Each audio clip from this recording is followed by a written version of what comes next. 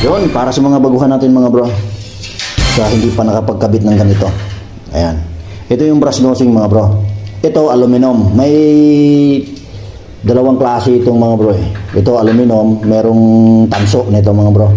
Or tubog lang siguro yun. Alright mga bro, ito. Ito yung brush nosing. Kinakabit ito sa mga kanto ng hagdanan, sa mga corner kalimitan to mga bro. Once na magkakabit kayo sa hagdan ng ganito mga bro, uunahin nyo yung base nya bago itong landing niya mga bro. Ito kasi nauna yung landing na ito mga bro, kasi ito yung pinaka-flooring niya. Ang problema, tupalo na nila sinabi to. Dapat kung ito palang ikakabit pala nila na ano, plus nosing na to, na alloy na to, di sana inuuna ko na to, pahuli itong dalawang ito.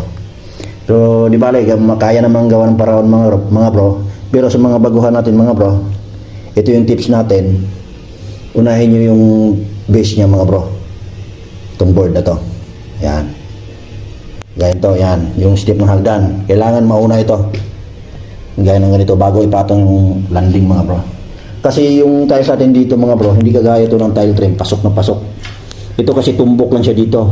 Tapos yung pinaka board nya, yun yung sasaklo dito sa loob. Ayan, makita nyo naman mga bro. Ayan o.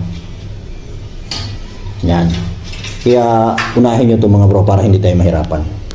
Alright, kung kaya nyo naman kahit unahin yung landing, walang problema. Kasi mga veterano na kayo mga bro.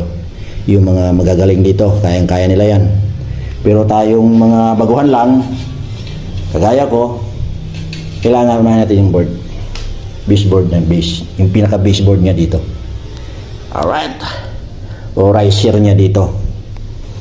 Alright mga bro, yun po yung tips natin ngayong for today's video. Let's go.